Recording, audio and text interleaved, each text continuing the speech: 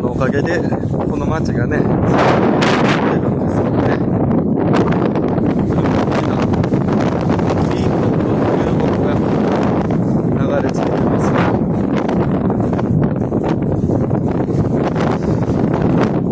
一昨年はもうね一面テーブルで流木だらけやったけど、今年はまだそこまででは